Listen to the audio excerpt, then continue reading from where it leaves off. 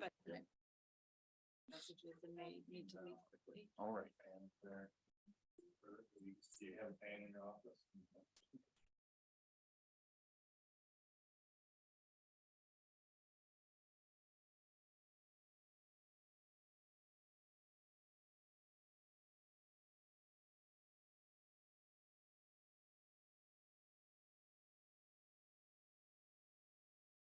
We're live. We are. We're probably good whenever. So we'll call the meeting to order and begin with the Pledge of Allegiance. I pledge allegiance to the flag of the United States of America and to the republic for which it stands, one nation, under God, indivisible, with liberty and justice for all. Roll call. Mochler, Here. Graylobe, Here. Smith, Here. Teasy, Here. Hammond. Here. Okay, and are there any conflicts of interest to declare? Hearing none, I would entertain a motion for approval of the agenda with the addition of discussion of the next meeting. Since the 4th of July is on a Tuesday, and an invitation we've all received to Spirit Mound by the Spirit Mound Trust to go out and look at the potential solar farm or issues. Move to approve as amended. Second. Hey, there's a motion to approve and a second. All those in favor say aye. Aye. Opposed? All right, the agenda is approved. Is there a motion to approve the minutes? So moved. Second. There's a motion and a second to approve the minutes. Any discussion? Hearing none, all those in favor say aye. Aye. Opposed? Motion carries. Are there, okay, let's see, visitors to be heard? Oh,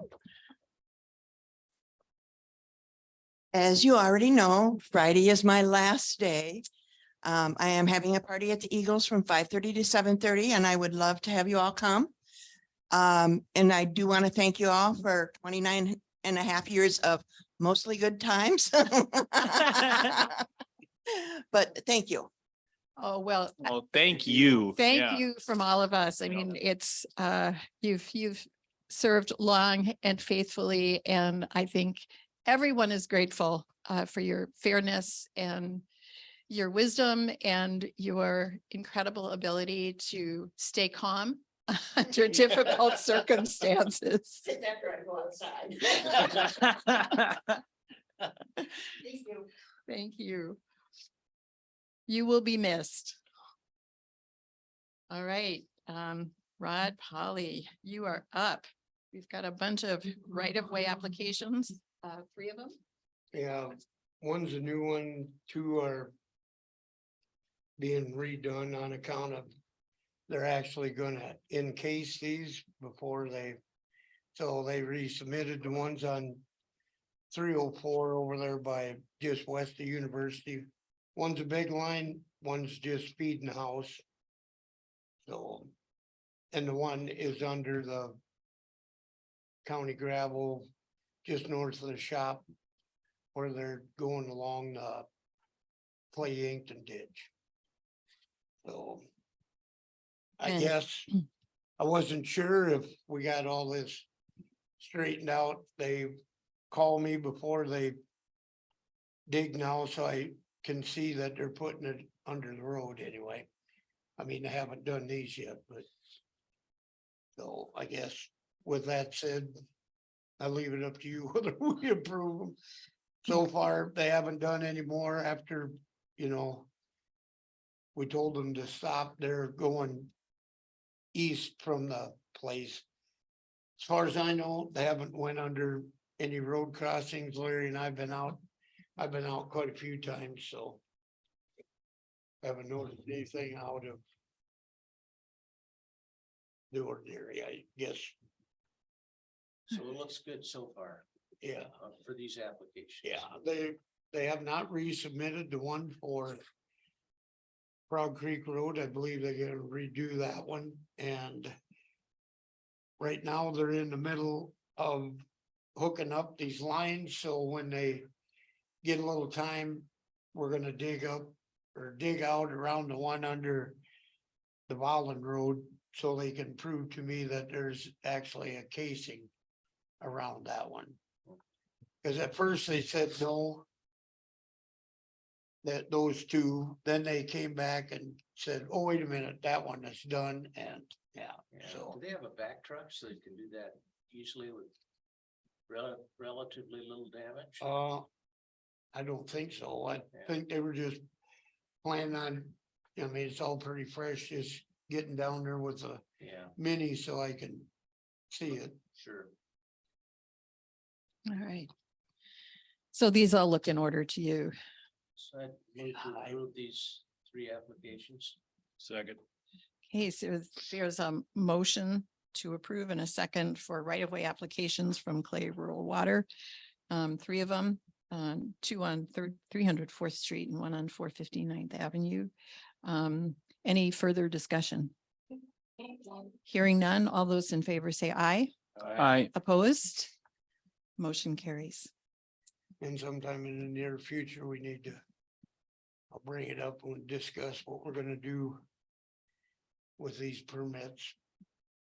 Carrie pulled it down from the. From our highway website, so they have to call me to get one. So we'll figure out how we're gonna change this up and. So this doesn't happen again. I don't know, I think Clay Rural Water maybe. So far is the only one that I've ever had trouble with, so. Okay. I don't know what we need to do to change it, but. Figure something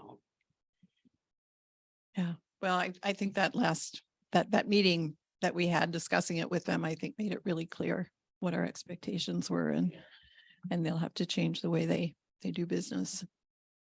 I guess I entertain, like having Holtec or somebody evaluate our policy, to see if it's reasonable. I think that it is myself.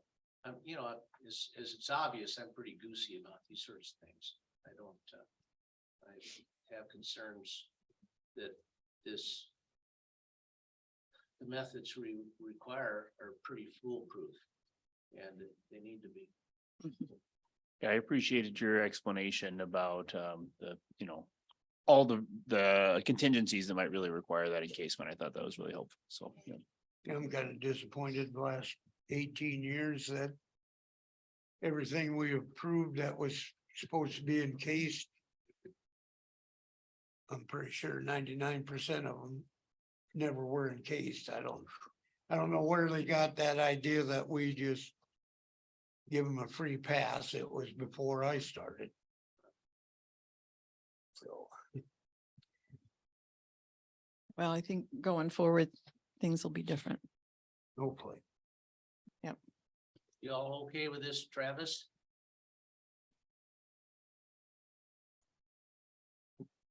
Hey, you're muted, Travis. You're muted.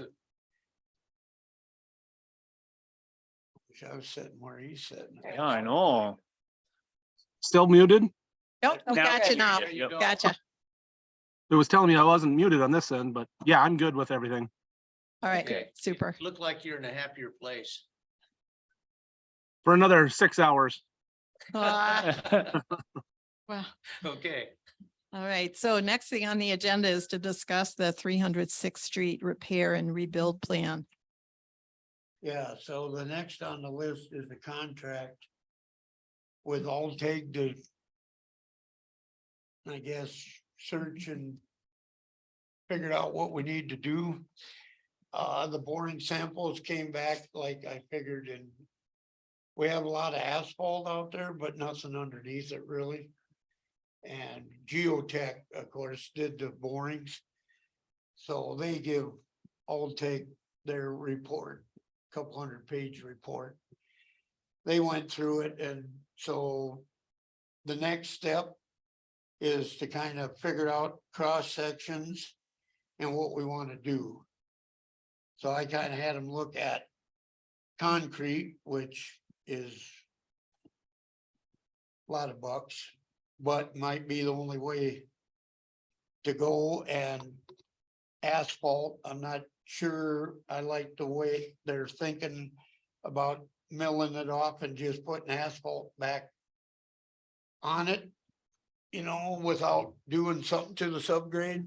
So there's a lot of ifs, ands, or buts in there. And on that contract, they're gonna do all this research and whatever. I believe it was for no more than 53,000, 55 55,000. and change, yeah. And I think that's on that stretch, I think that's probably money well spent, and I can cover it in my budget, and they can get started on it as soon as we sign the contract, and they'll give us a couple options. So we know what we're looking at dollar wise and what work needs to be done, and I think it's a good idea, but it requires your signature, so we're gonna have to do something up there. We're not microservicing it. We backed off on that, because now I wish I wouldn't have microserviced from 19 to Hub City, which is holding up okay, but it's the same stuff under the road west of City as it is east. And we did go all the way from 19 to the East County line with boring, so.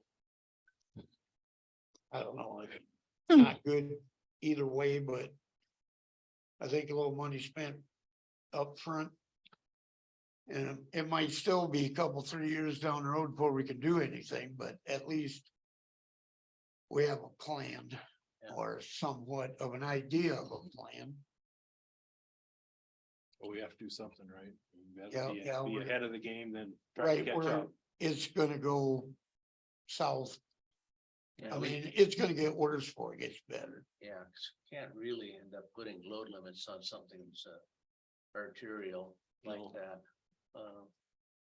That wouldn't be Yeah, right for our farm community for sure. Yeah, Union County, they're doing. From the interstate over to whatever the old highway there, and then I think they're going a mile each way with concrete. Mhm. Of course, that they only got to worry about 3 miles.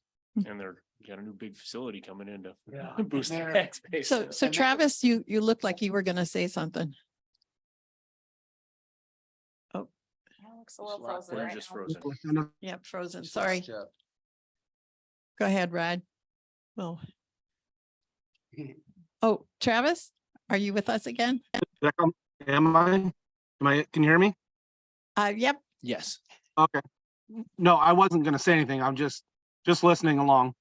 okay. But yeah, you know. If this is, I mean, it's going in, they're Yeah. building quite rapidly. So I just soon get ahead of it. And there'll be enough heavy traffic on there. There's quite a bit on there right now, but And, not. You know, like our it's gonna- microsurfacing isn't a bad deal because it's gonna, like you say, it's gonna take us a few years to do this, and it might slow it down from getting pounded to pieces. Yeah, and actually West Hub City, the road itself is a little better shape than the stuff east. Yeah, And we're gonna do some patching up there. When we get started here after Larry gets back out from vacation and try to. Because it's already alligatored up there, Alltech went up and looked and yeah. They agreed that it's, we shouldn't put microservicing yeah, on it. it's worked some, yeah. That 1 mile of microservicing is what. They're charging to look at the whole 8 miles, so. I guess if you look at it that way. Seems like a lot of money, but then if. You look at what we're gonna spend on the microsurfacing and it's not quite so bad. Can you hear me? Yep. Oh, Okay, you're frozen So now. 3 to 5 You're- years. Oh, there you go. Okay, so the first 3 to 5 years of that facility is just gonna be a bean plant, bean receiving. So we won't be getting all the grain or fertilizer coming off that. They don't have any plans yet to allow corn or a fertilizer plant there yet. So we do have time. Yeah.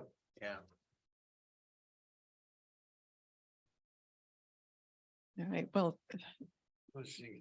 But it's probably not prudent to microsurface more of this. Just what we've got microsurface now is good. That's not money wasted, but if we go ahead with more microsurfacing, it isn't gonna really increase the load bearing. very No. much. More seal the surface and level it. so it sounds like we're,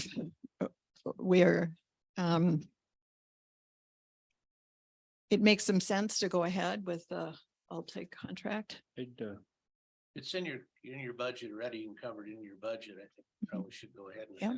that. So then the next item on the agenda is giving the chair authority to sign the contract with Was there Alltech. not a page in there to sign? So, Yeah, there was a page in the middle somewhere. It wasn't at the end, it was in the middle. yep, and the, let's see.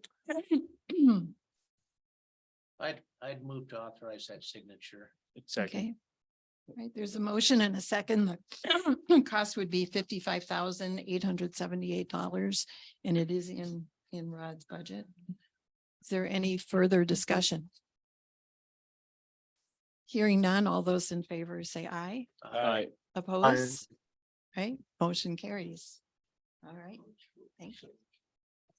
Carrie, on a related note, just this morning, I saw something on one of my Route 50 government websites that the federal government has a 100% carry to do rural infrastructure engineering, planning things. They'll pay for planning deals like we're just authorizing now to first come, first serve. And they're just going to start letting those, opening that. It's only a 4-page application. So it may be something we may want to look into. And I don't know if you've gotten heads up on that. It's for county governments, rural states, tribes. I don't recall getting anything. Usually we do get things like that from CCOG and from the association. Yeah, So I'll keep my eyes open and Yeah, maybe no, do a little forward. searching. it's within a larger newsletter, but I'll forward that to you Okay. and see if you could.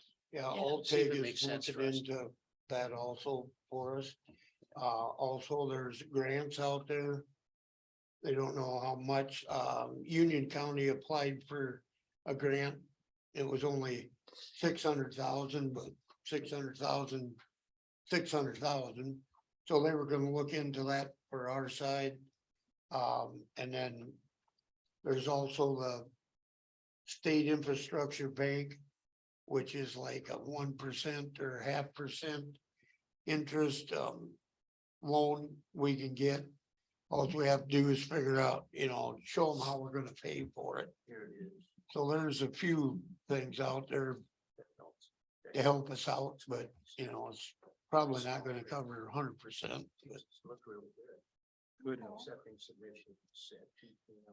But it's certainly worth looking into. Yeah, so Sophie, up at, CCOG would probably know too, although Alltech is really, they're dialed into, road financing, so. Yeah, I just got something from CCOG yesterday, but I haven't had a chance to look at it. Deal. That might be it. All right, Sorry for that interruption, but if it gets us a nice 100% Yeah. grant, I'll interrupt it every day. Please do. all right, All right, I'll tell them to proceed then. yeah, Thank you. and I signed the contract here. So the last thing for you, Rod, is the, Butler trade-in offer. Yeah, Butler made us an offer on this blade we're replacing. $123,500, which is about 50,000 more than the last one we sold at Gerard's auction. I thought it's maybe a little low, I was thinking more like 150. I've looked at quite a few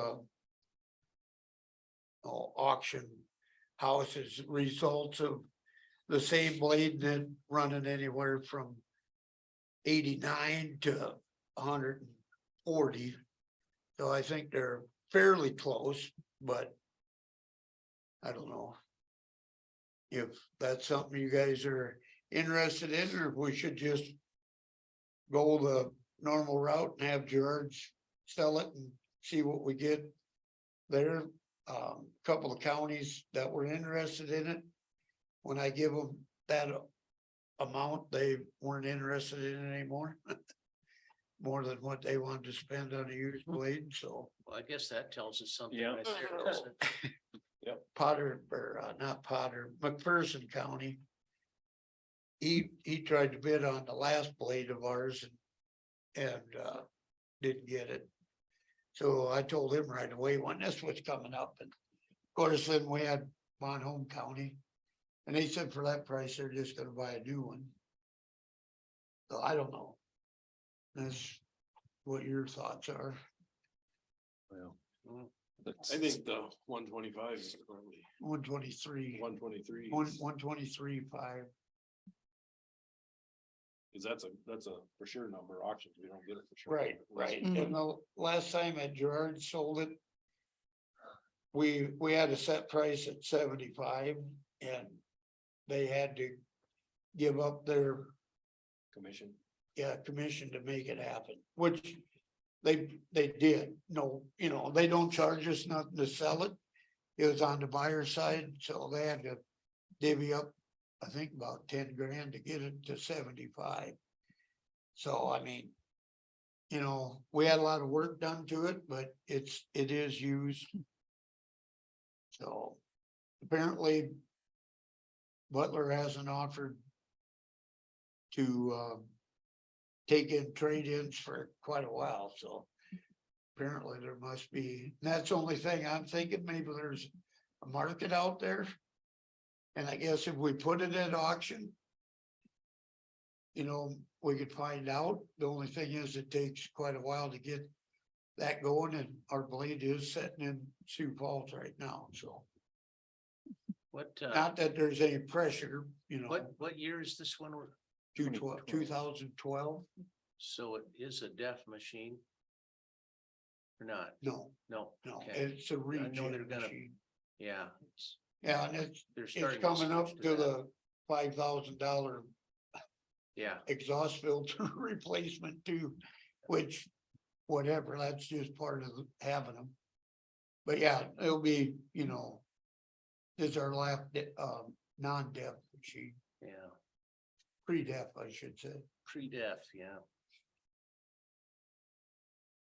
All right. Well, do I hear a motion? Yeah, I'd move to accept the trade-in offer. Second, Okay, there's a motion and a second to accept Butler's trade-in offer of $123,500. Any further discussion? It sounds like a reasonable deal to me and expeditious. So all those in favor say aye. Aye. Opposed? Motion carries. All right. Thank you. Yeah, just two small items. Our microservicing crew moved in. They're hauling in material. They told me this morning, they're not starting till the Monday or Tuesday, the 10th of July.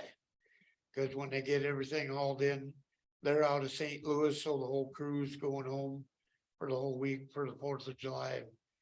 Cause it's like 10-hour drive to get everybody home, so they're gonna start, and we took off the Vollen Road up there and we added the Burbank Road, which is basically an extra half a mile. But we had to take West Main off. I don't know if you noticed, West Main has some holes in the middle of it that need to be patched, and Alltech come down and they grabbed a hold of the chip seal and they could pick up an area about as big as a tire.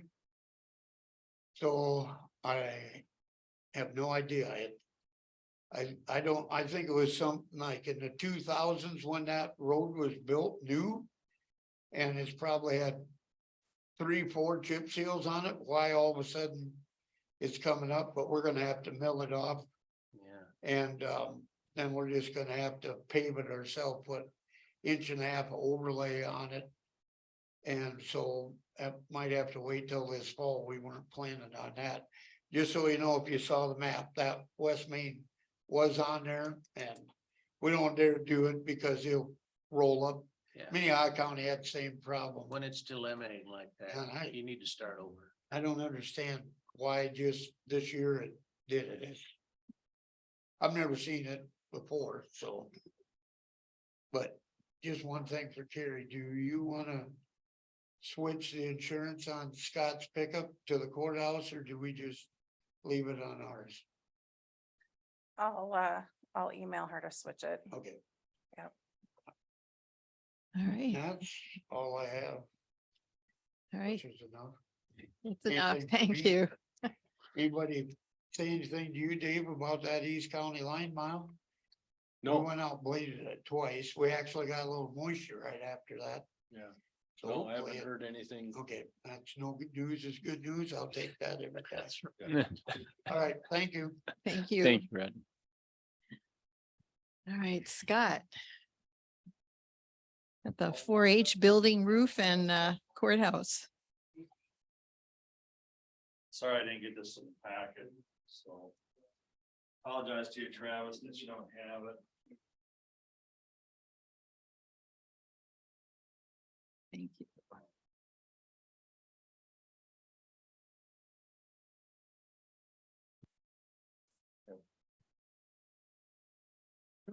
Send it to Travis quick.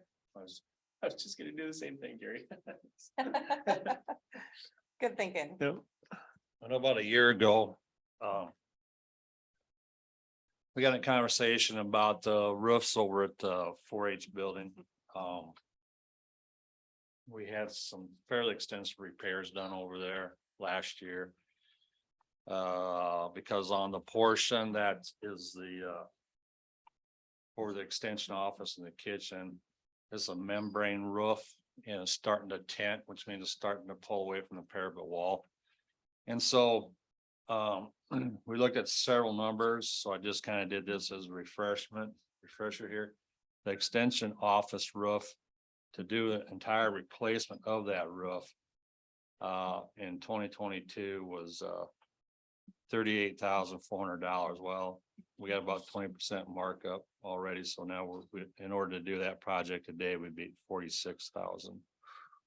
So the repairs to it are this year last year was 11,200, this year would be 12,400. But the total replacement, you get a 20-year warranty with repairs to that roof and the kitchen roof. They said you get 5+ more years out of the repairs. I'm not sure if that means 7, 8, 10. I'm not sure what 5+ means. So the kitchen roof, you see there, the replacement costs there, and then the repairs, and then the cost of what it would cost to repair it. And we go on down the list to the canopy. The only way to repair that is to just do a total replacement up there on there. So you're looking at $30,078 for that. The north or the exhibit hall roof, or whatever we want to call that. We haven't had any problems up there. What I've been told is they've had inspections over the years. And last year we had no leaking up there. It's an old hot tar system, so kudos to the whole stuff is working well. I guess, if it isn't broke, don't fix it, but you can see the cost there to do a replacement. A flat roof replacement on that. And we talk, so if just so everybody's up to speed, if we did a total replacement of all the flat roofs up there, if we did that today, it'd be $224,000. We looked at pitched roof system with Slattery, and that last year was $117,900. I don't know if there's been any markup in his world, but I just assumed there was, so I figured another 20%. So if we were to do that today, it'd be $141,900. So I bring all that up to say, I think we probably should do something over there. I was up there a couple weeks ago. Checking on things. I found a couple of areas that were in question over on the kitchen and the extension roof. Found some stuff up on the safety center that was questionable. Had Boone Brothers come in and they addressed those areas. So I guess I had it in my budget to do the repairs over there at the 4-H building for the kitchen roof and the extension office roof.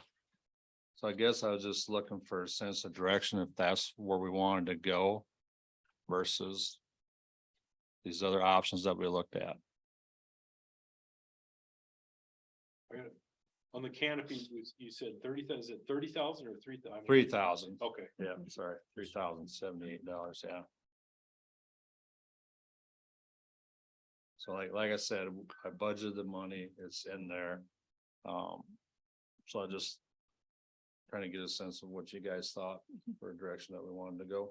So you budgeted for the kitchen and I- what other? Yep, but I budgeted for repairs of the kitchen roof and the extension office roof. And actually, those figures might come under a little, if we go ahead with the project, the final bill might be a little less than that because actually the repairs they did up there last year are identical to the repairs that they'd have to do up. So they've done part of it, they've done part of it to stop the leaking. So So we don't have any leaks, at least right now. no leaks. You know, if we would have found them there a couple weeks ago. Yeah. For sure. You say it's So- pulling away. Yeah, it's pulling away up there, yeah. They're pulling away from the edges. Mhm. Yeah, I guess, the question for me is, if we're gonna keep that building in the long run, and, it would appear that we are. I don't know if anybody's heard anything different. I mean, it's sort of a different question if we're looking at, we need to take care of it for a few years. It's a different question if we're thinking that in the long run, the 4-H and extension move somewhere else. Right.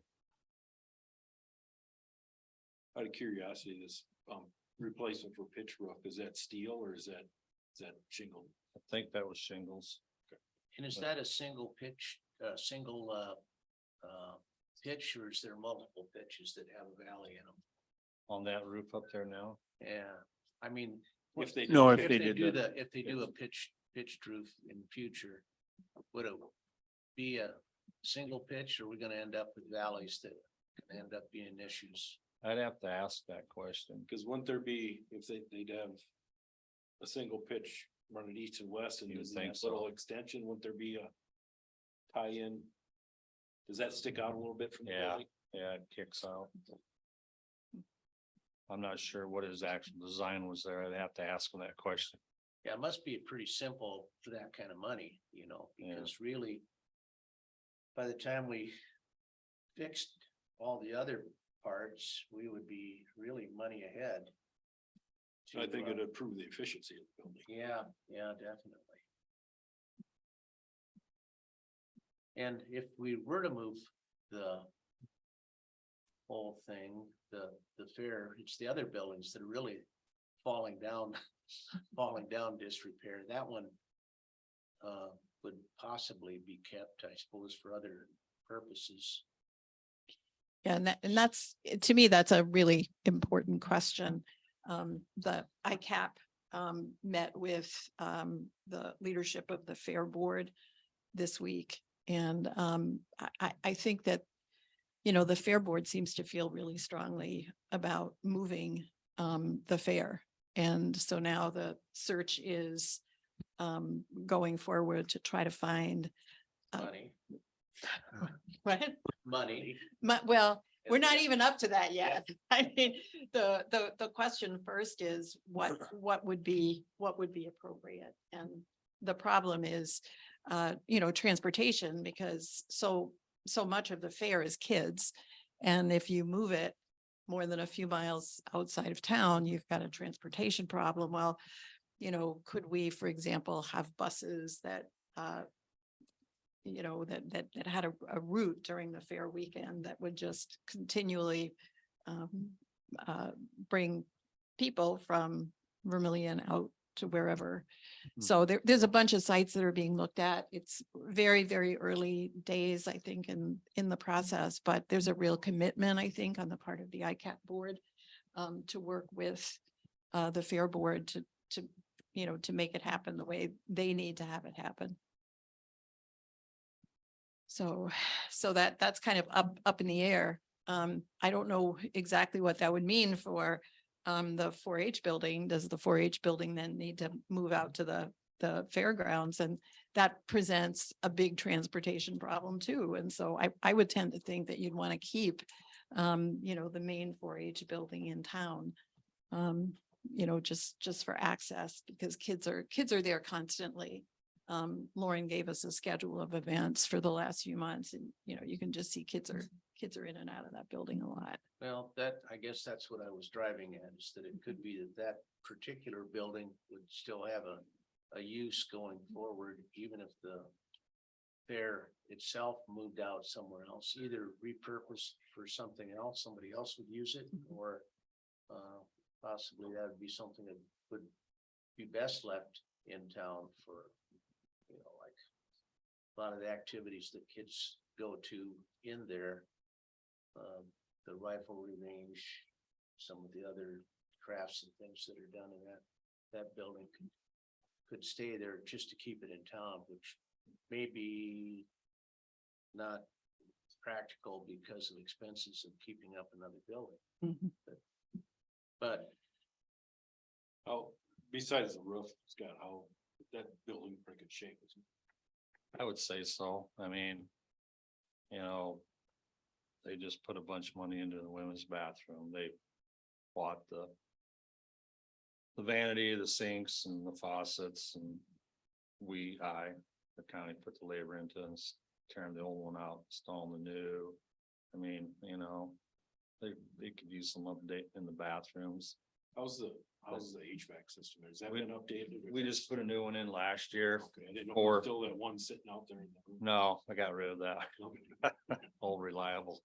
yeah, So yeah, it was like almost $24,000 last year. And then the furnace and for the office portion, it's in that 15-year range or I think it's under 15 years. So yeah, they're both fairly new. I know I've heard them talk about wanting to do a bunch of work in that kitchen so they can, host more events or whatever. and there were some other structural damage things that we took care of too. A couple years back. Those are, Termite stuff, Termite termite oh, damage. that's right. termite Yeah. structural damage.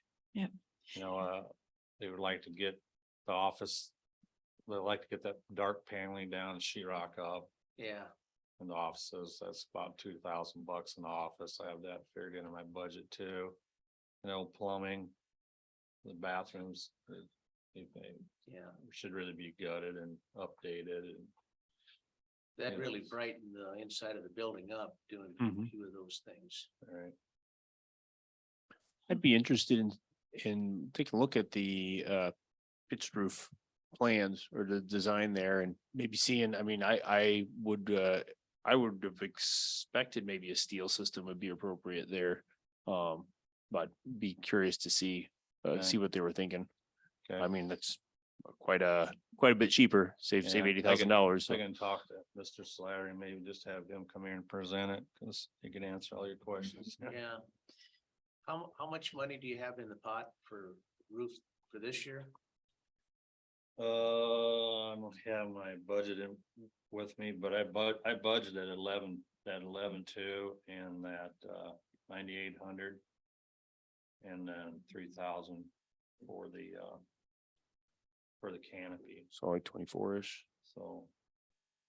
Whatever that comes up to, I'm not real good on math in my head real quick, so. I did budget those 3 items. Yeah. So if we deferred those, and we'd have to come up with another 120K or so next year if we're able to defer that, roll it over. And then do the entire roof, say next year. Yeah, and, you know, one, I wonder, there's a surplus school, that I think is gonna eventually, be a boys and girls club, and I wonder if there's, you know, any square footage in their planning, that might be available for sharing space, because that's a building we know is in pretty good shape and has, Decent parking. yeah, and it's also a building that's close in that kids are used to going to, that's going to be adjacent to a major school complex in the target area for 4-H. I mean, it'd be worth exploring. That's definitely worth looking into, I think. Yeah. Which Yeah. building's that now? So the old Austin school. Oh. sure, Yeah, sure, yeah, I sure, think yeah. Jolly Yeah, School is not gonna Jolly, go for but still, housing. yeah. Yeah, but I think Austin School, they're in active discussion with the Boys and Girls Club. And they're talking about conveying it to them for Right. virtually nothing. Yeah. And then I went to and I think you might have been there, an evening that Boys and Girls Club had, explaining what their ideas were, what their dreams were, what their vision was. So, I mean, there's a possibility that we may be able to get space there, but, you know, again, this would be something that we'd have to, I mean, I'd be glad to contact, the Boys and Girls Club folks and see where their planning is right now. So I'll So put we that on my would agenda. go into some type of partnership with Austin? Or with Boys and Girls? Club? Boys and Girls Club Yeah. about Austin? Rent some space from them or something, or? Okay, so we wouldn't have any ownership in that because seriously, I think that building has some major issues. Yeah. That if we did do that, we would need somebody to take a look at that building Yep. before we got tied up. in Oh, the yeah. Money pit. Oh, yeah. Now, when I was the director for the school district, we had a problem with indoor air quality in that building. And that it was because, I don't know when it was done. It was actually back when Mr. Berenger was the superintendent, so it was way back. It's been a while. Yeah, you know, they went in those buildings and they put all that little square ceiling tile in there. Remember the 9x9s? Right. Yeah, they blew its cellulose sitting up above there. Oh, Well. And then, No vapor barrier. when they built on the new addition. They created that as an open air plenum, Right. so you had this movement of air transferring the cellulose around and coming down in rooms and. Yeah, it's not gonna kill you, but it'll give you some respiratory problems. Right. I know that's an issue in that building, All right, well, especially in the older part. And, when I was there, we spent several thousands of dollars to have all that abated out of there. But it just takes forever to get all that lingering dust out of there. So it sounds like we need a little more information. I would like to explore the pitch roof a little more. Yeah, I think that makes sense. And if we or somebody we convey the building to as use for it, for, you know, with some of the things we've already done, plus a new roof, you know, it's probably got 20 or 30 more years in it of use, I guess, for us or someone else. Yeah, Yep. and it has value too then, at the Yeah. end, if we need to dispose of it. You know, the mixed ownership of the land versus the buildings, it can be a little bit of an issue maybe going ahead, but I think that's doable. Mhm. I'll get hold of AMS and Yeah, I think that's a good idea. arrange for them to come to a meeting and explain that system. If it's not leaking now and we can roll over funds from what you have obligated now, into next year and then add to that. Seems to me like that's a better long-term solution to go with a pitched roof thing. I like the idea of pitched roofs anyway versus those flat jobbies. Mhm. I don't know why that's a thing even. I've owned some of each, you know. I know, I have too, and it's one guarantee, the flat roof's gonna leak. Yeah. 100% of the time. And, Sooner or later, it's not if, it's when. you know, The only thing, well, of course, you know, with these projects, there's always variables that pop up. And one of the variables I see is with that new system they put in last year, that HVAC system, they put the condensing coil on the roof, so that'd have to be moved. There's some exhaust fans in the kitchen would have to be extended up. through Yeah. the pitched roof, but Yeah. for the most part, it's pretty minimal up there. There's not much equipment, so. Mhm. All right, well, so, Travis, any thoughts on your end? all right. And So- just check and make sure you didn't freeze up again. Have something going, wait. All right, so mechanical and electric project. So we're having our first meeting tomorrow, 10 a.m. Pre-construction meeting in this room here. L&L will be here, obviously the general will be here. He's invited all the subs. We're also gonna Zoom it for the guys that can't make it. So we're moving forward. He signed the contract with, can't remember the organization now, the firm for the abatement. Well, that really couldn't move forward till got contract signed and get this pre-construction meeting going. So I'll obviously have more to report after that meeting tomorrow, but I know I've talked to Evan at L&L and told him the first thing we gotta do is get somebody in here to mark all these spots. So we can get rolling on that portion of it. So, and then tomorrow afternoon at 1, I think shooting for 1 o'clock, we'll have a meeting with the heads. And Travis, you gonna be back, Travis? Just got Karen's emails this morning. I think that I meant for all the commissioners to be there. Oh, okay. We all need to be there. We need to hear what the courts are gonna need and what we're gonna have to do before we get. I mean, October is gonna be here pretty quick. And they're gonna start, so we need to figure out where the courts need to go. Well. So. Anytime after that meeting tomorrow, we should probably, work on getting together as a group and putting together some ideas. Yeah, line something up and we'll make it work. Yeah, I know Carrie's kind of ramrodding trying to put that together as far as who can make it and et cetera, for a meeting day. Do that plan a meeting software stuff, or is that something that would be useful for this? We could probably do a doodle poll. I kind of put it out there for the judges to propose a time that works for their schedule because they're always so full. But it sounds like maybe Kim is gonna be the go-to person, so she might have a little more availability. That prompted a drink from counselor.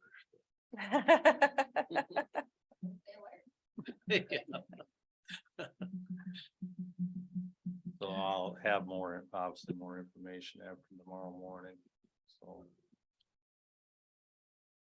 Yeah, we've got those drawings that show where the penetrations have to go, the abatement. And Mhm. you'd think there'd be notes of whoever did that Yeah, that could help. I think. Maybe just turn the notes and the maps over to the contractor and he might be able to go from there. I don't know if he'll be here tomorrow or not. Evan was gonna work with him to try to get him here. Or his representative out of North Sioux Right. here tomorrow, so, yeah, I mean. They got the prints, you should be able to read them and rock and roll, but. Obviously had to wait for the contract to get signed and this meeting take place so they could get going, so.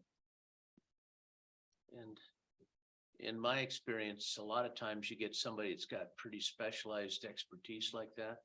they're gonna end up making adjustments on the fly anyway too. There's gonna be places where they gotta take a little more or a little less. Right, yeah. Yeah. So that's moving forward and we'll just keep working at it. I'll work with you as far as getting a date and we can get together and see if it works, doesn't work or one thing I think we're gonna run into right off the bat is we gotta do penetration wherever it might be. So we gotta clear, obviously, they're heavy on storage in this building. You know, we might have to move Nah. out a ton of stuff. Yeah. Yeah. You know, and where do we move that to, et cetera, et cetera. We might have some of that come, that's gonna be the first where we have to cross. Is to get that. You know, some contractors say, oh, it ain't no big deal, we'll throw a tarp over and we'll go, but. Some may not, I don't know. So, I just got away with that at our place on a radon abatement system we put in. Threw tarps over big piles of stuff. Jesus, guys worked around it, but yeah, I'm surprised. we'll see how it goes here. We might have to do a bunch of moving that might require extra expense and.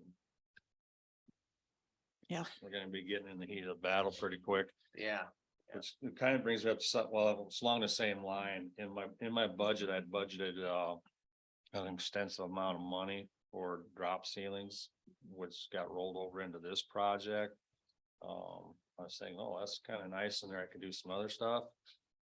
And I thought, well, maybe I better just hold on to that in case we gotta slide it over into there. Is that Yeah. what your guys are kind of thinking? yeah, that sounds prudent. All right.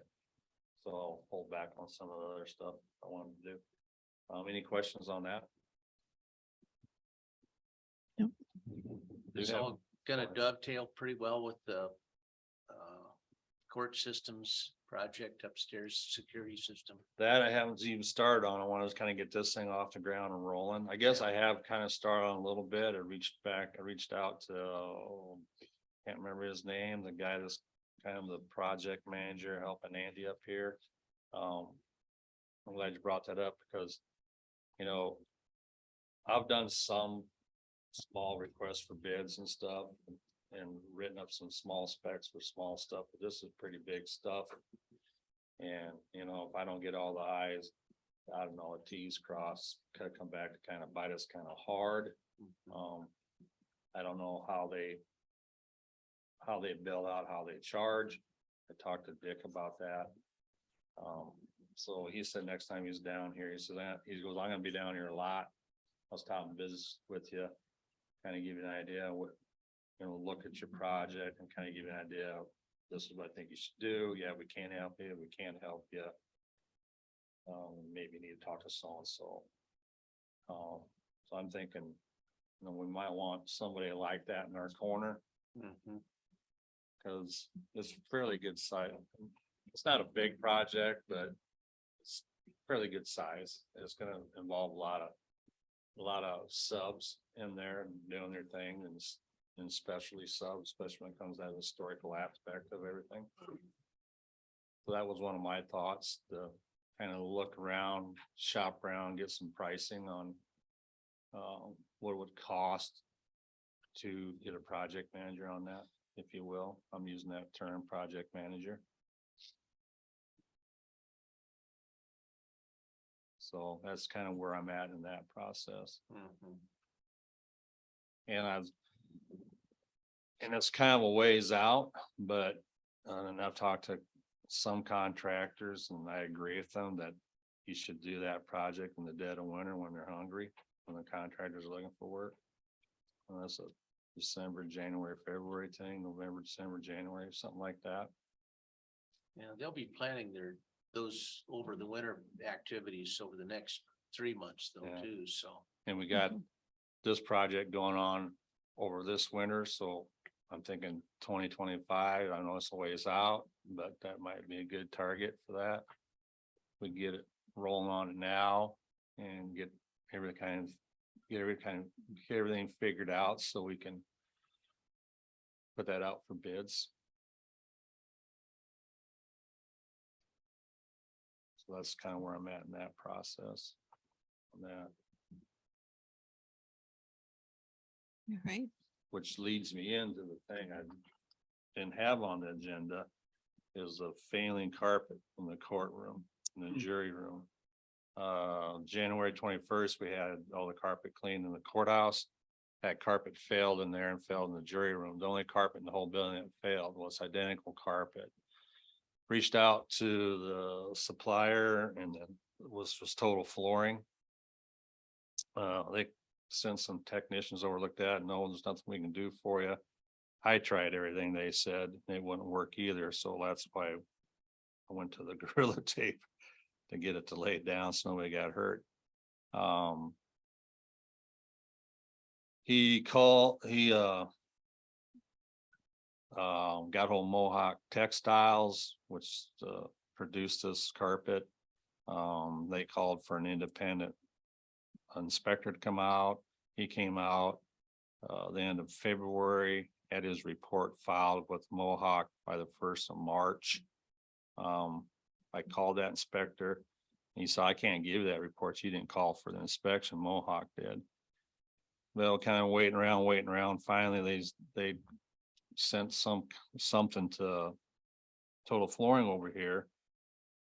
Basically really hard to understand verbiage. But I do understand the word decline. So I'm kind of working with Chad now, say, can I get a copy of this? Can I read it? Why can't we get hold of a human being at Mohawk to explain what's going on here? What's the reason for a decline? And I'm not really getting any clear definition here. I guess, we need to get it fixed because it obviously just looks terrible for one thing. Do we move forward? Do we replace that? Do we take some legal avenues of finding out this information with Mohawk? What do you guys think on that? It was put in in 2015. And how, how much money are we talking about?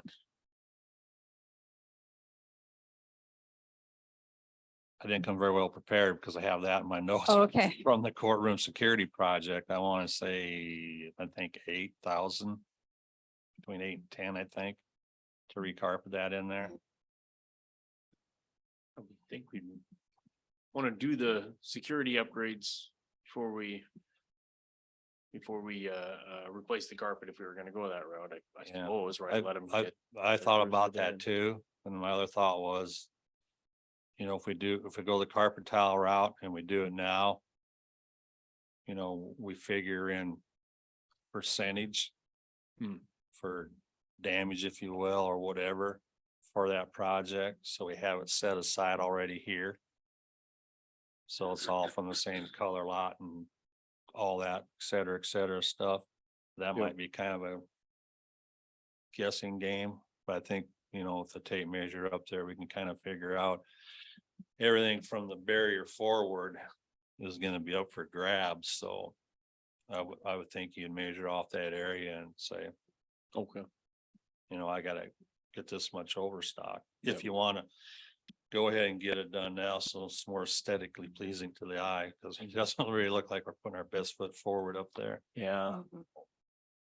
It's just a thought. I thought you did a pretty good job installing that Gorilla Tape when we had Yeah. a little meeting with Yeah, Beam it up looked there. good. I mean, that was some, It made quite a picture for me Yeah. through the courtroom Yeah. door, the backlit from the windows or behind the jury box. It's a good thing it was a snow day that day. Yeah.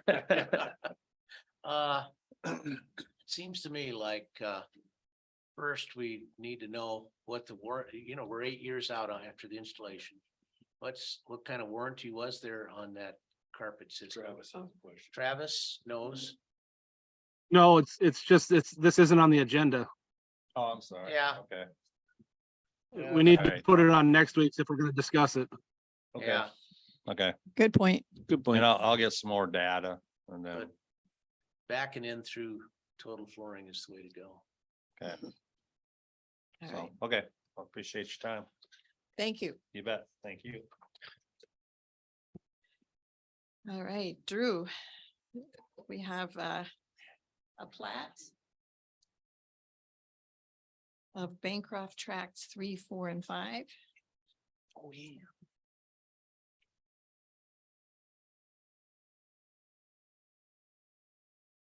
Plat was in the packet. We've all seen it. Yep, so this is resolution 23-10. I do a resolution to go with the plat Oh, for, okay. for I our didn't know that. records for the minutes. Sure, good. Mhm. Yeah, plat 3 lots down by Burbank. Yep. Good. We So, went through this in planning last night and approved it there unanimously. And you know, I had a question on that, public access, on road access and that sort of thing, but other than that, there were nothing that came up at planning. And it looks good to Drew. And we've got all the check marks in the correct spots. I move to approve the plots. Second. there's a motion and a second to approve the plats. Any further discussion? Hearing none. All those in favor say aye. Aye. Opposed? Motion carries. Well, that was easy. Yeah. Easy enough. Now you get to sign all All right. Let's see. So next item on the agenda is vouchers and payroll. Everybody had a chance to see the vouchers and the payroll. Yeah, I looked through them and I only had one flippant remark and I probably shouldn't do it. It was on the whiteout in the treasurer's office, $75 for Oh. whiteout. Oh, wow. I'm sure that was one item of many office supplies. We get like this many characters. I was To thinking, put a description. yeah, I was thinking that, my, there are a lot of errors. But like I say, it's flippant. I don't mean it to be a serious criticism. Nope, she's in Alaska. All right. Anything else, Drew? No, just. All right. You are. Yeah, Oh, this, Yeah. this has to be signed. Yeah. oh, that has to be Yeah, said too. yeah. Okay. And Okay. there's like 10 signatures. Okay. So, let's see. Vouchers and payroll, we've got a motion and a second. Move to approve. Second. It's a motion and a second. Any further discussion? Hearing none, all those in favor say aye. Aye. Opposed? Motion carries. Clay County Park discussion. Alrighty, so I think not sure if anybody's heard about this at all, but I've been really, first off, Clay County Park Board, great body. It's been really fun working with them.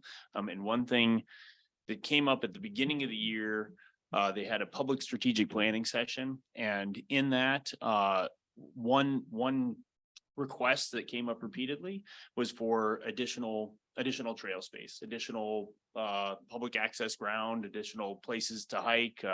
There's people that use the trails that are existing now year round. So there's people out snowshoeing and skiing in the winter. We have been on the park board, we've been thinking about ways that we might be able to do that. I think this wasn't connected initially, but now it's connected in my mind. There also came up a discussion of the farm ground that is currently leased out there and what the specific arrangement was. We did some work and we're not able to find any actual written agreement governing the leased farm ground out there. So I assume most of you are familiar with the way the park property is structured, but we've got a section that's owned by the state from the river up to a certain line, and then from that line up to the Timber Road, that's all county property. So the park that's currently used by Clay County Park is leased from the county to the Clay County Park Board. And then there's these parcels of farm ground that are in there, and the rent payments from those really help to cover the park's budget. So couple numbers. So we, I think, had to draw draw some polygons to get estimates of the exact acreage. But I think that the number that I heard was 125.68 acres of farm ground are currently leased. And that brings in $17,760 annually. We get two payments of 8,880, I believe. So that comes out to about $141 an acre. That's a bit low for non-irrigated land around here. Is it all tillable? Yes, I believe it is. Yep, yep. So I'm not a farmer, so, you know, I was kind of going off of what other people that do have, are farmers in the room there. And they were saying that, their impression was that the productivity kind of decreased as you got closer to the river, that the soil just got sandier as you got closer to the river, and the better ground was closer to Timber Road. So that doesn't exactly jive with when I was in the, equalizer's office with the soil type productivity values that they were given, but everybody was pretty much seemed unanimous that was the reality on the ground. So that the land that was closer to the river is a little less desirable for farming. So we don't know, you know, what exactly the original arrangement was. I talked to Travis about it. He had a little bit of information that it does seem, based on everyone we've talked to, including the current people that are leasing the ground, it's just a verbal agreement between individuals that may or may not be alive anymore a long time ago. So the ground, since it's owned by Clay County Park, is leased by Clay County Park. However, the current situation is that those rent payments don't actually flow through county coffers. They go directly to the Clay County Park Board, which is a little bit of an unusual arrangement as well. So I think that this is kind of one of those things where once we've opened the lid and taken a look inside and seen that the current arrangement doesn't really comport with the way that we would need to do this under state law year to year, we really need to do something different. So the Clay County Park Board is quite interested in putting this land out for bids this year. We would like to have that process conducted in by the end of the summer or September at the latest, you know, so that people can do their fall amendments, whoever ends up winning the bid. And I think that there's hope that we may be able to get enough of an increase in the per acre rent that one of the parcels, and I think specifically the one that would be the most appropriate probably is the parcel closest to the river, would be potentially taken out of production.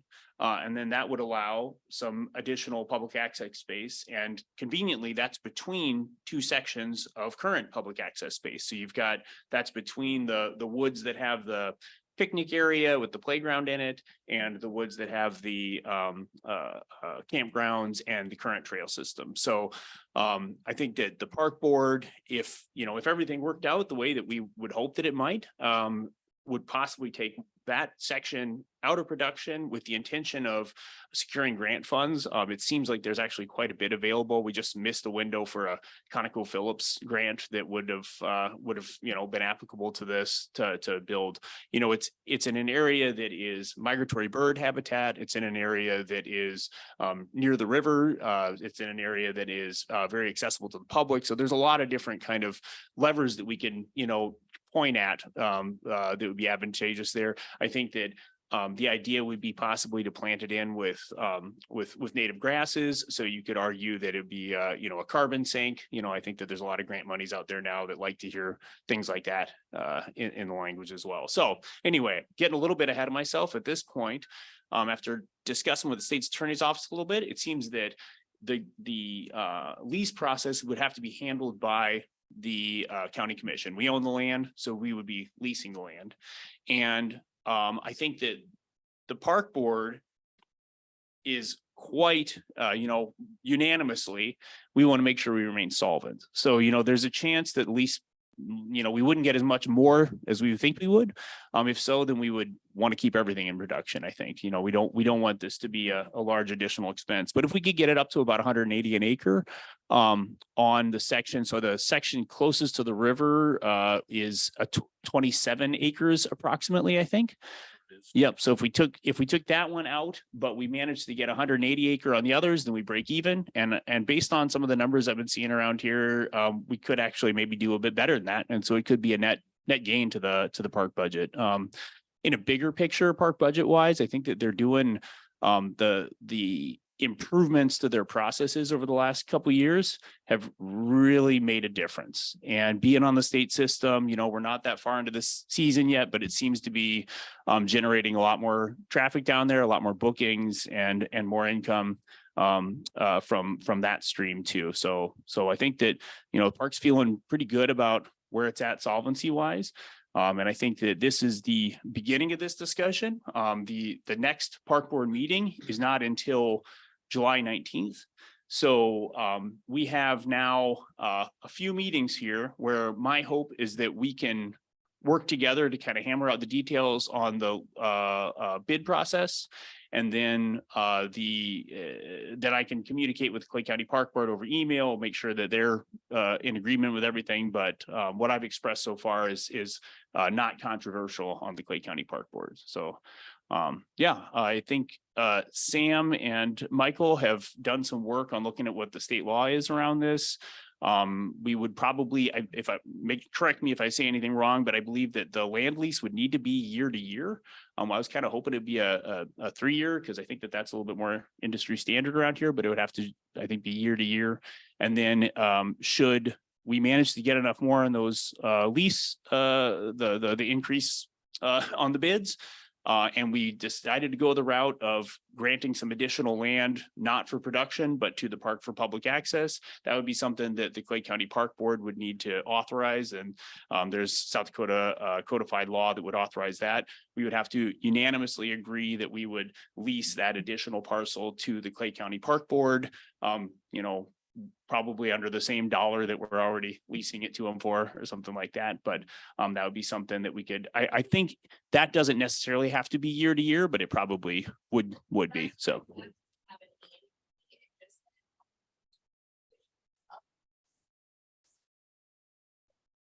Size $1 for 3 years, that's fine. $10 for 1 year, whatever your guys' terms are, for that portion, it doesn't have to be. Yeah, the leases over time, and Carrie has a file on this. I sort of went back when I was on the park board to the very beginning to find them and put them in order and made a timeline.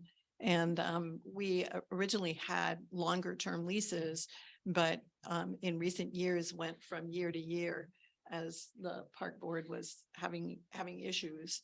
The park board's really cleaned up its issues. It's just running incredibly well now. And so I feel pretty confident I think you're right that it's time, it's time to modernize, Yep. right? The county process. Even legalize. Yeah. Well, so many things on that board were done just by handshakes in the 1960s. So it's been multi-years of work to get it to its present state. Sam, how would this process work for bidding? Would be a sealed bid type situation or? It sounds like on the courthouse steps, I don't know if Travis can hear me, but on the courthouse steps. by the Maybe use a microphone. Yeah, it's the auction, it'd be a public auction conducted by the auditor. Okay. So, and Carrie would have to put in the newspaper the 2 weeks preceding the auction, post notice of that. Another part that I think will help the board determining whether or not you're gonna lease a tract of land to the park board is you guys have to set a minimum term from the lease. So if you guys decide we aren't taking a penny less than $1 or 180 a square foot, then that's great. You know that you're gonna keep the park board where they need to be with the money they need to have, and they still can get this other amount. So I think before make any decisions about, yep, we're just gonna do it all or not. That can be figured out and you can set that. I don't minimum think a term. minimum bid of 180 is unreasonable. Yeah. Yeah. Well, It looked like when I was looking at just kind of pulling up general numbers for the county, it looked, I think it ran from like I think I was seeing 175 to 230 in 2022 for non-irrigated in Clay County. So that's really down towards the bottom of that. Yep. well, and I think that we could probably, it's a lease made from the county to the landowners or the farmers directly. And I think now, in looking at other entities that have done this sort of stuff, that you could like have an annual lease renewable for a period of up to X number of years with the possibility of a inflationary escalator from year to year in following years. I wonder if that isn't something we ought to consider. Does that sound reasonable? Let me grab the statute. I think it said the public auction be held annual, Okay, which I agree seems silly, but yeah. Travis, question, most farmland leases end up running from March 1 to March 1, as I recall. And there's a certain date that those are typically need to be firmed up in the previous fall. Since it's written, it's, if it's a written one, you're good. If it's verbal, it's got to be notified by September 1st. By September 1st for the following crop year. Yes. But how does That'd this, be how does the important. city, oh, sorry, Dick, go ahead. No, that'd be an important date and Mhm. and term, it'd be the following crop year is what it would be for. And Yep. so you can't really do a renewable automatic renewal or anything that is what you're telling us. But how does the city get by? They put theirs out for sealed bids for 3 years at a time. Are we under Yeah. a different statute? yes, the county lease and real estate is what I looked under. I didn't look under any municipality laws. Okay. They could very well have entirely separate laws for all we know, I guess. But having a longer term lease is often better for the owner of the land. Because they're less likely to put a minimum inputs into the farmer put a minimum input into the supporting the crop. And the idea that he's going to use that year's crop, whether it gets the following year or not, it's no big deal, but if he's got longer term leases, he's got a vested interest in keeping the ground fertile. I think that comes into the lease, doesn't it, Travis, where they have to maintain soil levels and things like that. That's, I know, the way our leases are. Yeah, That all depends on,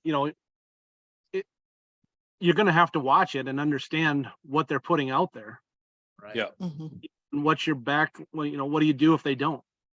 That's right. Well, if we have a lease, which obviously we probably have to publish before bidding, the requirements, and they have to maintain certain levels on the soil. We don't want them to deplete it and walk away. Right. Which is gonna happen on this year-to-year lease. Yeah. That's why I brought it up, and I guess it's a Mhm. good point since we can only do year to year anyway. Would home rule change that? If we had home rule, would it change that? No, because there's a statute apparently already. Okay. Yeah. Well, Oh, we can talk about it. I at some point, I think we need to put home rule on the agenda and discuss it more thoroughly. so we should go ahead with the lease idea directly from us, because that's Yes. what's required by state law. We also, during budget time, we need to start getting financial reports from the Parks Board on how they're running things. We need to have that directly to our commission. And then we'd negotiate what kind of money that we would be passing along to the Parks Board, because it wouldn't necessarily be 17,000 a year. It could be 25 or it could be 12. those are decisions that we need to make. Yeah, thank you for bringing that up too, because that's something that I think really should also be modernized is a good way to put it, but the funds need to, I think they really need to flow through the county coffers. So, Yeah. you know, So I think that's something that we need to do Yep. in this budget process is add that line. Does the county and park board have a lease type of agreement? We do. each, yeah, I Yeah. think it's in each, isn't that one of the first meeting of the year items that we Mhm. pick up? Mhm. Yep, so. Yeah, it's a year-to-year lease. Is there any way to make this to where a Clay County resident or open that bidding up only to Clay County residents on the farm ground? It's a good question for Sam. It's a good question. I'll have to look into that. I'm, given that you have to publish notice of it. I think that would lead me to believe it would be open to everybody, but I will look further. If that's Yeah, if it, a requirement we can do. Yeah. Because isn't that just fall under like specs? Like when we order a pickup, it has that's to what I have was just this? thinking. You can maybe throw that just in the lease language even, Yeah, be like, I'm wondering if it's the lease language, but then there's gonna have to be something in the notice of that. Yep. So an outside of county person doesn't bid on it, they're the highest bidder, and then we find out later like, oh, actually, we can't give it to you. Well, if we publish the lease and then they have to adhere to lease agreements, I mean. We just have to publish notice of the auction, not necessarily every term of the lease. But we So, can't we? Yeah, we can put in what the requirements would be, kind of a job posting. These are our Mhm. requirements, like bullet point or something. And if we desire just in county leaseholders, that we'd have to put that in that Yes, that yes. auction notice. If that's legal for us to do that. Yeah. So there's quite a few renters, farmland renters, actually in that neighborhood. They're from even out of state.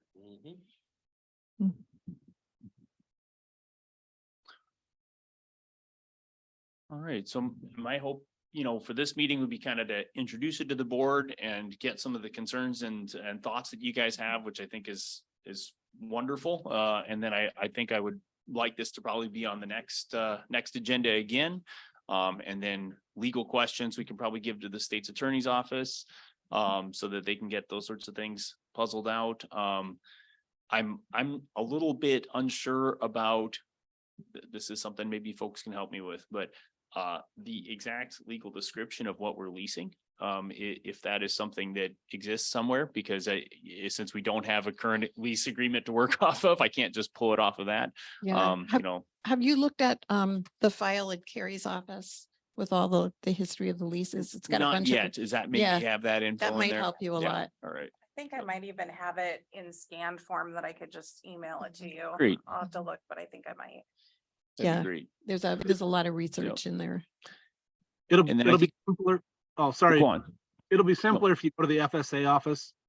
Okay, They'll have the farm numbers and they'll have the actual acres that are being rented.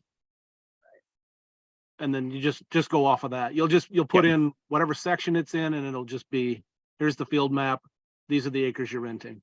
all right, perfect. Thank you. And they'll have the exact acres that will go off of instead of guessing. All right, perfect. And then, one thing that we talked about a little bit was, rather than doing a single bid for the entire parcel, at least breaking it into two. If there's a possibility that we might take this one field out of production, we would want to get a bid on that and a bid on the remaining parcels, or possibly separate bids on all four. I don't know what people's thoughts are about that, but. I don't know, Travis, what do you think? In terms of getting the best price per acre, bid it Throw all it all- out together or? Yeah, throw it all together. That's gonna be your best, that's gonna be your highest dollar, That sounds good. having a larger parcel. All right, Okay. so we'll do probably two bids. So one for that smaller field and then one for the remaining, all the remaining farm ground. So. Any other thoughts? Would it be two bids or would you just auction off what you're thinking? And is there a way to do an alternate on the winning bidder gets the other ground at the same price? if you decide to go that way. Because otherwise you're gonna have to have Question for the, two yeah, two question different for the auctions. state's attorney probably then, yeah. What do you mean by that, Travis? So if there's the park board is thinking about taking that lower 20 acres and putting it back to grass. They're not sure if they want it farmed. But they need to get a certain dollar amount. If the north two fields don't bring the certain dollar amount they need, they're gonna have to rent the south piece. But if they get enough money, they want to put the other one into grass. So would we be able to just say it brings $200 an acre on the north stuff? And for some reason it doesn't meet their needs and they want to rent the south half to that same farmer, can they just put it a No, potential? We have to do the process over again. We'd Okay. have to do the auction process over again. That's why I thought the setting the minimum bid would give the park board an idea then of how much this is the lowest amount that's gonna come in. Does that Yep. work for you or not? And- If they say no, then I think at that time, before you even do the auction, you throw in the fourth parcel and do it all as one big thing. Okay, Yeah, that sounds like a workable solution. Yeah, all right, let's do that then. All right. Other concerns or comments? All right, then. Next item on the agenda is July 3rd. The governor has given state employees July 3rd as an administrative holiday, a day off. And the question is whether we would like to do the same. I think historically, the county has pretty much mirrored what the state has done. So, we have until we change the handbook. Because Because we were. what was the change in the handbook? What did you get, Gary? Thanksgiving, Good Friday, or not Good Friday, but the Friday after. We Thanksgiving? traded in the handbook, when we redid it, we traded. So that we got the full day on the Christmas Eve. And then we would work the full day on Good Friday. It used to be half and half. So we would close at noon Good Friday, close at noon Christmas Eve, Okay, and so you so we traded that. traded that. So that Okay. we have the full day Christmas. Eve. Well, 'Cause we is used to- there, oh, go ahead, Travis. We used to, like the 3rd of July would fall on like a Monday like it is now. And next year, Christmas is gonna be our holiday. It always alternated between the 4th of July and Christmas on having that extra day. But we went away from that the last few years for some reason. I don't remember giving them. Because Christmas, the 23rd usually either is on a Monday, or the 25th is or 26th is on a Friday for Christmas. And the same thing happens with the 3rd of July or the 5th of July. It's either a Monday or a Friday. Dick's got his calendar. Yeah, we can Oh, all perfect. look at our Yeah. calendars. I think the good old trusty 4-H calendar's got a whole year on one page. Yeah, let's see. Here we go. Oh, this is. December 25th is a Monday. Yes, but next year. Oh, next in 2024? Yeah, then we have the same discussion at Christmas time. Christmas is. Wednesday in That's a 2024. Wednesday. I don't know when, Oh, doesn't have Easter Mars. Christmas falls on a Wednesday in 24. Okay. So using normal custom, we wouldn't give an extra day off at Christmas time then. But we transfer that to Easter, whatever the heck Easter is in 2024. Well, so I guess for next year, we must be a leap year next year. So next year, the 4th of July is on a Thursday, so then we'll be Correct. looking at giving them the 5th off. That's right. 2024 is a leap year. Have to be careful of those. 29th of February. Yeah. I think that must be, maybe we figured out that somehow one or the other always ends up near the middle of the week and the other one doesn't. Yep. Uh, And the other thing about giving it a day off is we gotta like if we give, it costs us overtime on the sheriff's department. And next year, if we give them the 5th off, that'll be overtime for Rod's department, because they get that day off anyway.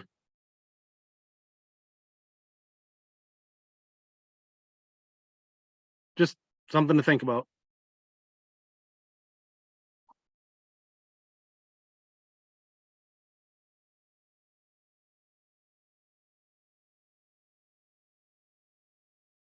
Do they have the option if they work it?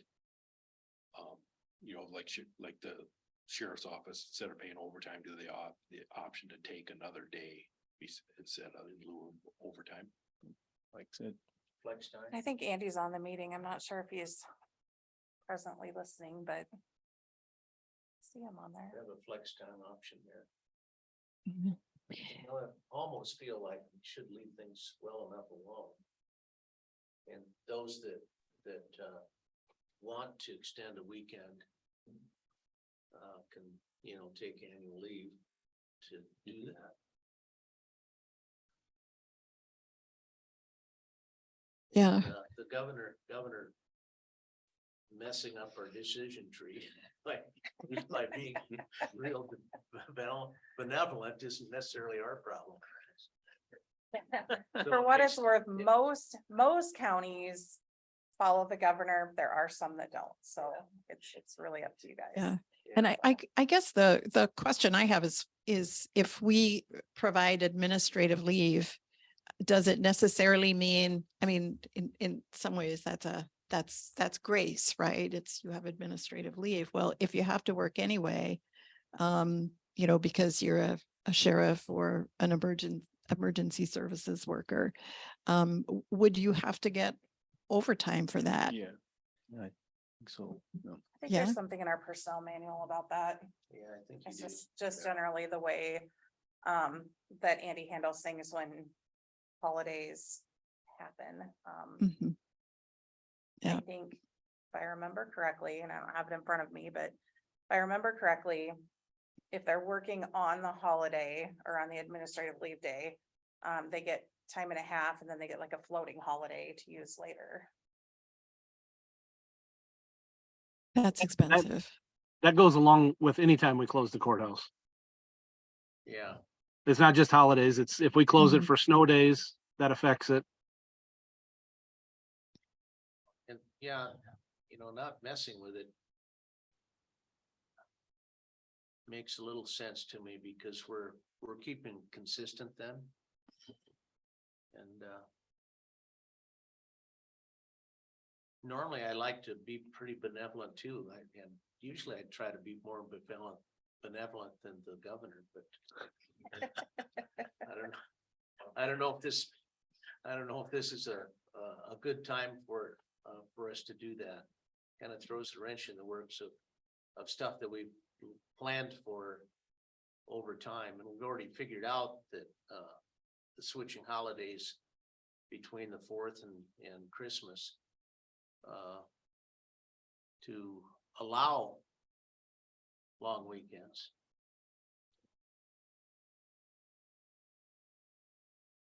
Well, and we've got a discussion coming up of when our next meeting time is, so maybe Yeah. we can all put some skin in the game and come in on the 3rd for for a commission Yeah. meeting, and show everybody that we Yeah. mean it, yeah.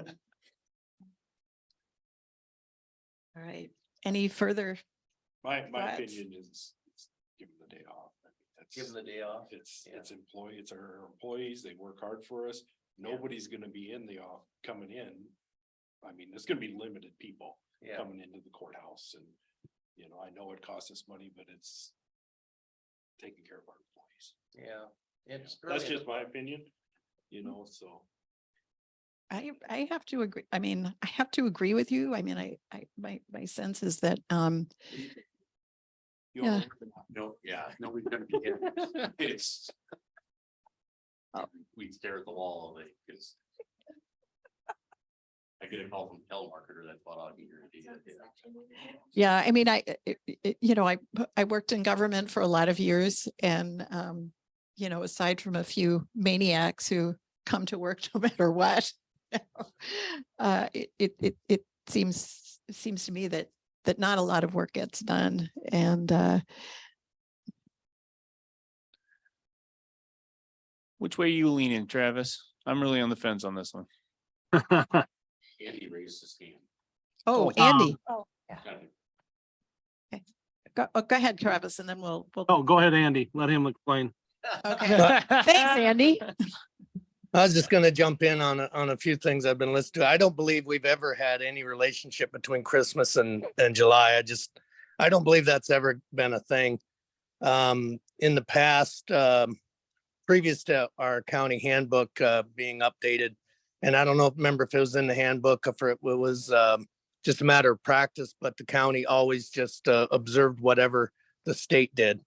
And for example, Black Friday was never in our handbook, but if the state closed on Black Friday, the county did, and eventually it just was written into our handbook. And that was an exemplar. The only trading of holidays that we did from one year to the next or whatever was just like Carrie described, what's where we stopped giving half a day on Good Friday and gave all day on Christmas. But I don't believe we've ever said, well, we'll give a day off on July 3rd versus a different day on Christmas. But that has come into effect. For example, at what Travis is getting at, if you had a day off on Christmas and a day off on Christmas Eve, and then that left Monday, everybody wanted that day to travel. In my mind, I'd say use leave if you need that day to travel, but that's just me. As far as what we do, if the county closes the courthouse for snow or for whatever purposes, obviously we're going to work anyway. Just to be fair to my employees, and Rod does the same thing, I believe, is we just then would grant them additional day off somewhere. That doesn't make it a holiday. We do pay time and a half on holidays if you work it, and then you just get a different day off. But on a snow day or an administrative day where it's simply a matter that the courthouse is closed and not a holiday, designated holiday, they wouldn't get overtime for that. They would get paid to work it and then just have another day of leave in their bank. In regard to, I think one of the reasons going back as to why the county closes when the state does is to be consistent. But also, I think you guys have already discussed it, is our county offices work hand in hand with the state. And if they're not there, it kind of ties the employees' hands. I know the treasurer's office has that effect with the motor vehicle stuff. So, for my office, not so much. It's not a problem whether the state's working or not in most cases. So anyway, that's just my perception on the matter. So All right, that's really helpful. Yeah, thank you, Andy. Yep. And I just, in passing around the employee handbook, and this is the present. This is the present rule. First paragraph rules. The governor says the states get off, the county gets off. Correct. With approval of us. And since that is consistent and with what we've been doing, I move we give them a day off. I'll second.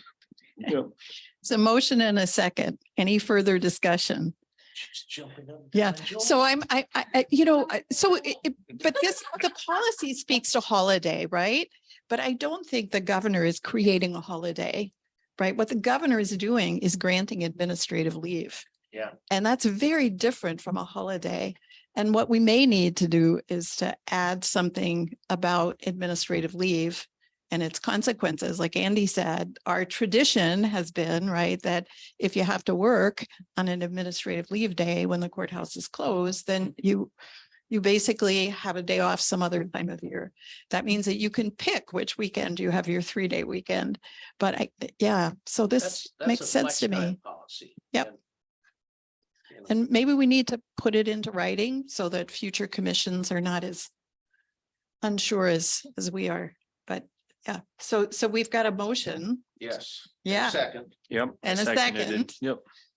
And any One further- thing to add, Betty, if I can. Yeah, So Andy's right. We're not trading holidays. That's not what I meant. It ends up being an extra holiday or an extra day off every year that we grant them. Yep. And we have voted on this before, because I can remember it was on my very first year. They left it up to me to make the deciding vote if the employees worked or not. Nice. That was kind. Yeah, Were they you a quick Grinch? voted the way they wanted to, and they're like, well, that's up to you now. And Yeah. they, and, unfortunately for the employees, they ended up working. So you were a Grinch. Well, they But- just explained that it costs money, so. Yeah, I know, but I think that we should comport with really the intent of what the employees handbook says. We should strive for some consistency there on these sorts of things, and it's just wise to that's a part of being treating everybody equally, is giving notice. Well, in Yeah, if somebody's 5 years beforehand that we changed the policy and the employee handle it, well, we should be consistent with that. All right. And So- from an employee's viewpoint, it doesn't matter whether it's called a holiday or administrative leave, it's the same thing to them. Mhm. We need to look at it from their point of view, and in part at least.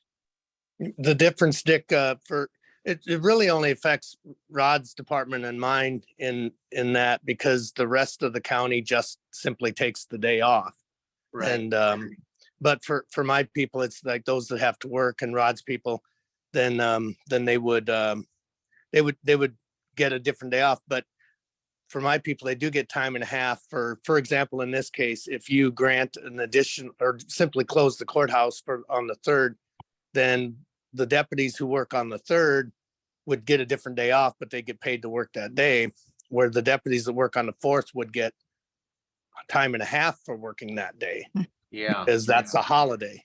And so Right. there is a little difference between holiday and just simply having the courthouse closed, where it comes into leave. But So Yep. is that, do we need to change the language of our motion at all so that it is saying we are just going to close the courthouse on July 3rd? Is that, I don't know if that's. yeah, it is that a- depends on what your motion was. Did your motion say that you declared it a holiday or not? So Yeah, we should declare it a courthouse closed day, I guess. Is that correct? Or administrative leave. Yeah, I mean, my understanding of administrative leave is the same as Andy's. It's Okay. that it's simply a day that by the grace of the county, employees are given the day off. It doesn't invoke time and a half. I mean, Okay. so do you want to clarify the motion? What was Um, the reading of the motion? What I have is that you will be granting administrative leave for July 3rd. Okay, so we have a motion and a second to grant administrative leave on July 3rd. yeah, we may want to add in agreement with the governor's Okay. resolution. and also, shouldn't you specify that the courthouse will be closed that day? Yes. Would you amend your motion to include Yes. that? Yes. You'll amend your second. Yes. Excellent. All right, any further discussion? All those in favor, say aye. Hi. Opposed? Right, motion passes.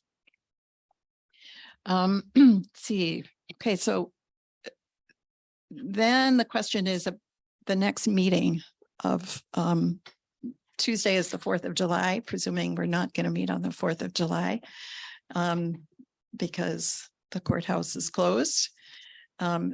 And Carrie, you want to speak to the agenda items and whether they could, I don't currently have anything for the agenda. I haven't had anything turned into me for the 4th, so. The only thing that I can think of that's upcoming that's really going to be pressing is any discussion about an opt-out, because those have to be passed by July 15th for the following year. I can work with Andy in the meantime to see what his projections are for the inmate boarding until that new jail gets built. And then we can discuss on the 13th. Other than that, nothing as an agenda item. So, okay, What do you think, Andy? Would you be able to work that? So we'd have the numbers in time if we don't meet on that first first Tuesday then? Are you meaning opt out for the remainder of 2023 or are you looking at 24? It would be for 23 payable 24. Gotcha. Yeah, in my budget I sent up, I was looking essentially for the same request as we have for this year. I did some average daily population math and kind of feel that we're probably about right for 2024 based on where we're at this year. We're actually had some inmate numbers were lower than we feared so far this year, but they are going up. And so I have for 2024 the same request. I think I don't have anything in front of me, but I think it was a $500,000 line item in my 23 budget. And I think it's again $500,000 in 2024. So whether or not that calls for an opt-out, I don't know, because I don't know how much general fund money you have available. All right. And just for reference, our opt-out the first year was 725, and then for 22 payable 23, it was 250. So just for reference there. In comparing with what he's saying now, then are our other general fund obligations fairly level too? From what you've calculated so far? I guess that's. No. That's the other half of what we're talking. We are gonna have some significant software costs. So you all know we've been converting over to T-Tech for the tax software. But for my office, I'm going to need some fund accounting, accounts payable and payroll software coming up here. And I don't have any numbers yet. Hoping to get them soon. I've been talking with Patty about it, so I don't even know what those are gonna be yet. And then to piggyback on what they're doing is for database software, because I just use an Excel sheet right now. and Drew's needing something a little bit more comprehensive for his office. All right. So software is gonna be the name of the game next year. I wish I One had nice some thing good though numbers. about newer software is that after the learning curve, it can save you a little time, you know, I mean, Yeah. it can streamline things, not initially, but but over And you time. know, the Yeah. other half of that is that we just don't have a choice. Yeah. What we have now is going away. It's not Yep. gonna be available Yep. anymore, so. I guess the question is, does it require us to meet that first week then? With what you've got?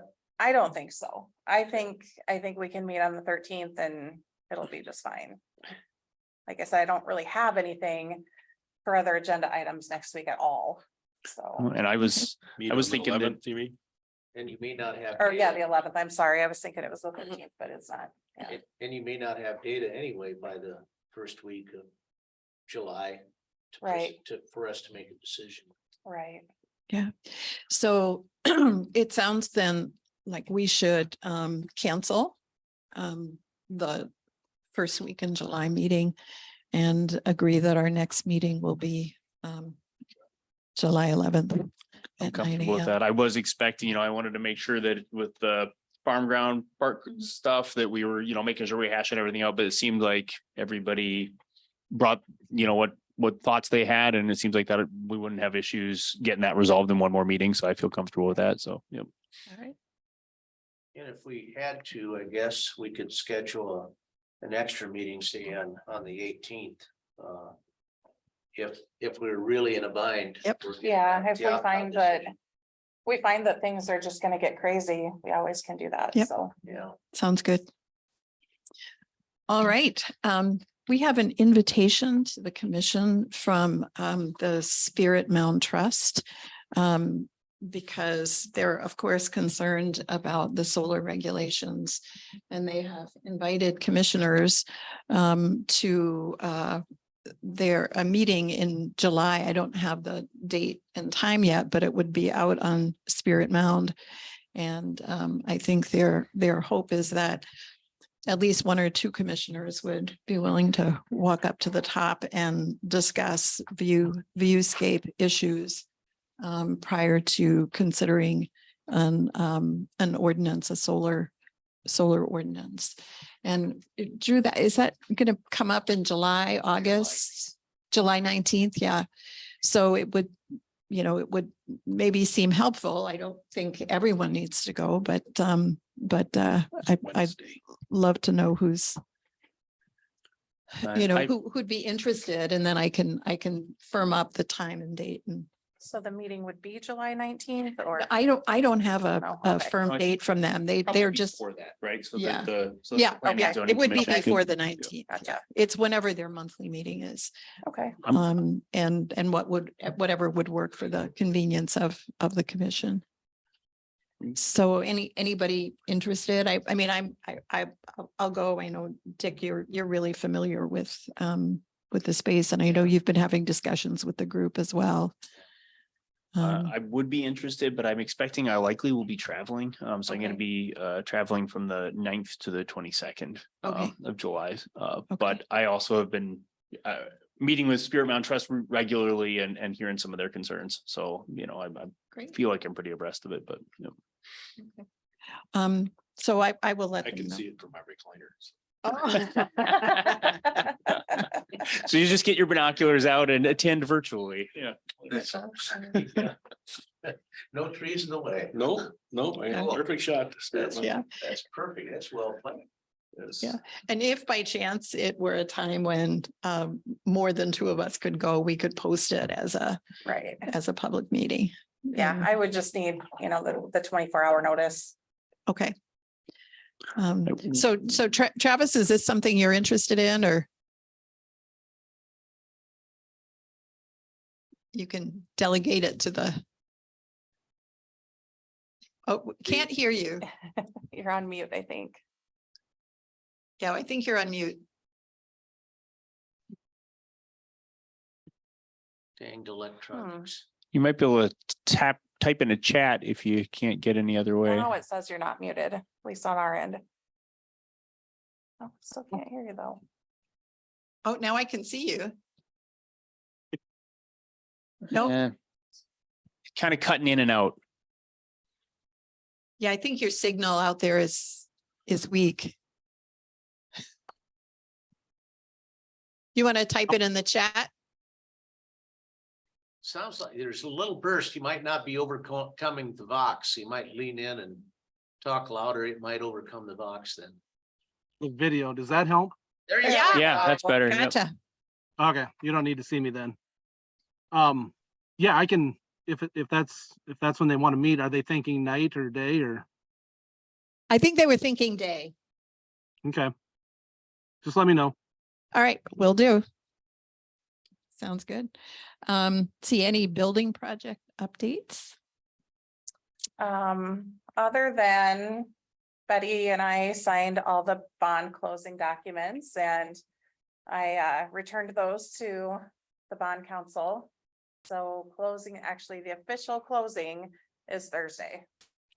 And then we should Good job. let's see some movement. So that's exciting, Yeah. very exciting. Thank you for all your hard work on that. Yeah. It's been interesting. It's a journey every time. I told Betty, oh man, that first set of documents, my hand really shook a little bit. That was a lot of money. Yeah, okay. Do we need joint jurisdiction discussion? We are, Can you hear me, Betty? yes. Yes. Yes. So I did miss the part of when you're gonna have the next meeting. Oh, yeah, on the 11th. Okay, so the 11th. I don't know how we want to, I did have a little bit of building update on the money side of it. Okay, Carrie, are we having that luncheon? Yes, on the With 6th. Tom on the 6th? Yep, I need to send out an email. I'm just trying to get a place reserved. So, Okay. So it's probably gonna be easier for me to be in person and also to have, since Tom's gonna be there, to just have it all explained, maybe just a little bit before we have our luncheon.